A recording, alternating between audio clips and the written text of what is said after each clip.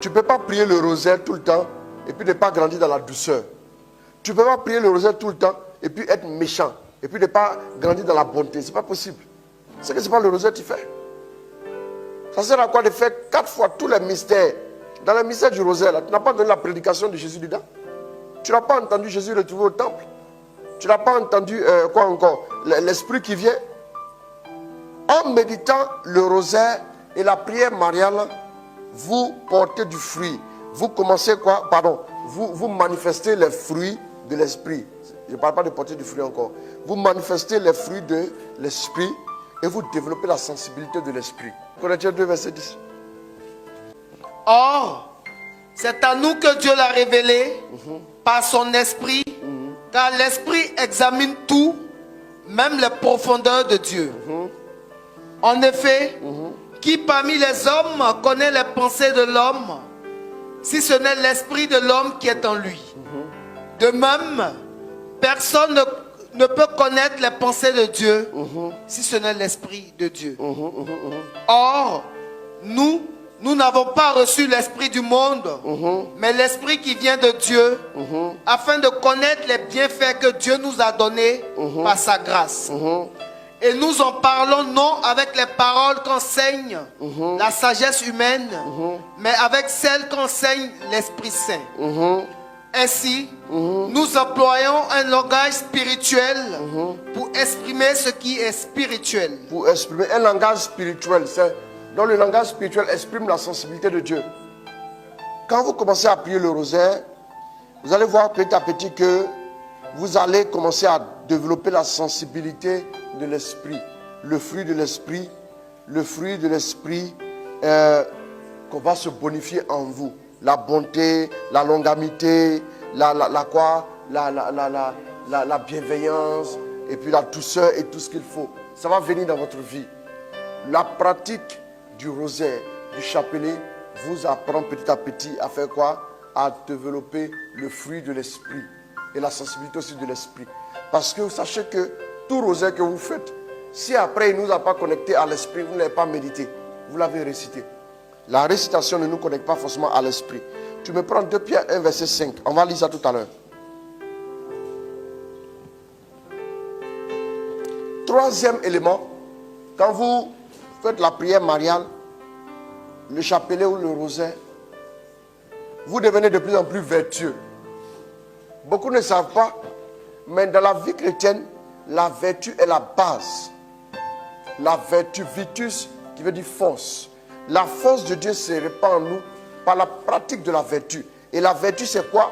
La vertu, c'est notre aptitude à faire de façon permanente le bien.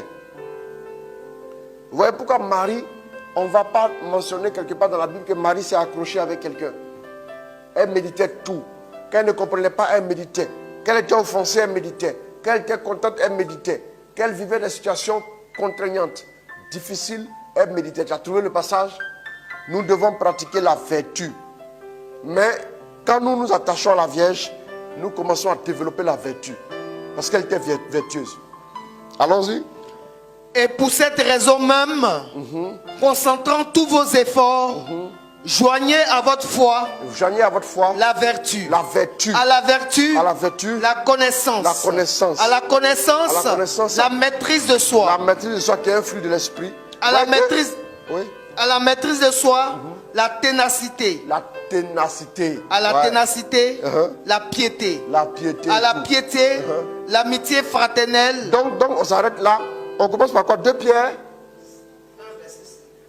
1, verset 5, pour qu'on note. Vous allez voir que quand nous commençons à prier réellement la Vierge, petit à petit, la vertu commence à devenir une réalité dans notre vie. Le problème, c'est que beaucoup de chrétiens ont la foi, mais ils n'ajoutent pas à leur foi. Reprend, ajoutez à votre reprend. Et pour cette raison même, concentrant tous vos efforts, joignez à votre vertu, joignez à votre foi la vertu. À la vertu, la connaissance. À la connaissance, joignez à votre foi quoi? La vertu. Voilà. À la vertu, la connaissance. À la connaissance, la maîtrise de soi. À la maîtrise de soi, la ténacité. à la ténacité, la piété. Merci beaucoup. Donc après la foi, maintenant il faut maintenant ajouter quoi? Il faut ajouter la vertu. Frère, ce que tu dois désirer après la foi, ce n'est pas le miracle. Désire la vertu d'abord. Il va commencer à vous tourner vers, après la foi, il va commencer à vous emmener à aimer la vertu. Ah, mais je te demande de blocage ici, mais tu ne me parles de vertu. Parce que si tu n'as pas ces choses-là, tu ne peux pas être agréable à Dieu. Si tu n'as pas ces choses, tu ne peux pas aller loin avec Dieu. Or, le but de Dieu, ce n'est pas que tu te maries, c'est que tu es tout de suite dans une situation professionnelle. Mais le but de Dieu, c'est que le monde soit gagné. Mais il faut qu'il te donne des bénédictions pour que tu deviennes un témoin authentique. Pour faire quoi? Pour emmener les hommes à se convertir. Bien aimé, c'est très important. Plus vous connaissez, plus vous avez la grâce.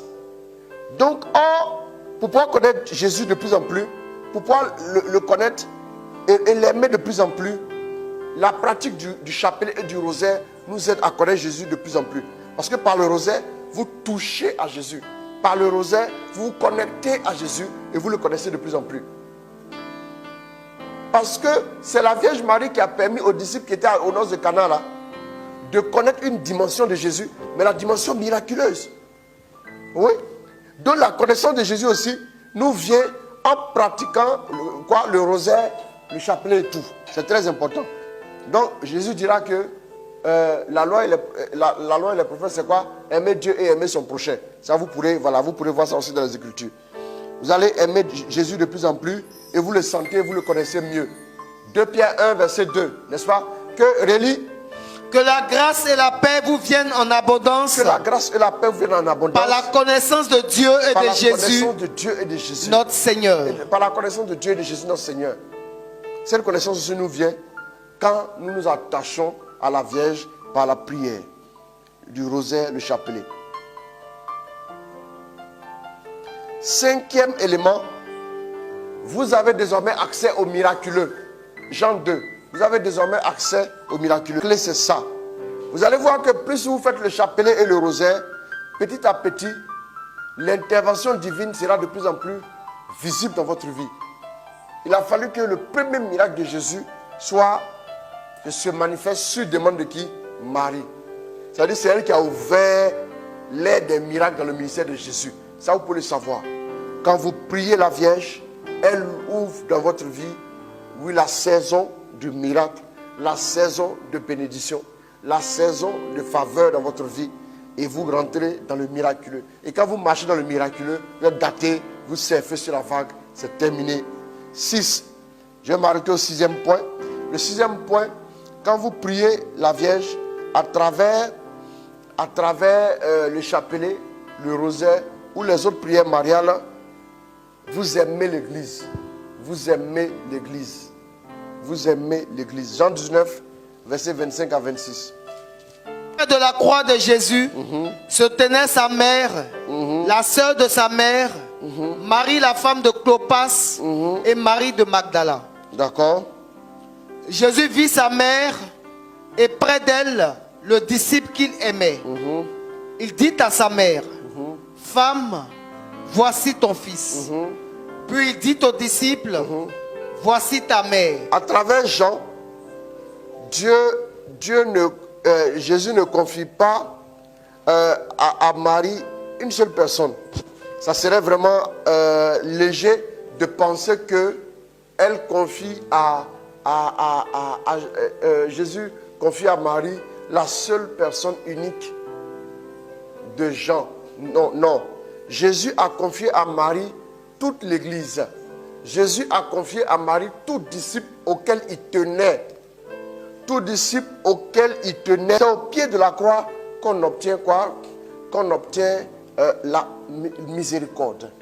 Or, l'Église est au cœur du monde. L'Église est le visage du Christ au cœur du monde. Vous êtes le visage du Christ. Vous êtes les bras du Christ. Vous êtes les pieds, la voix du Christ.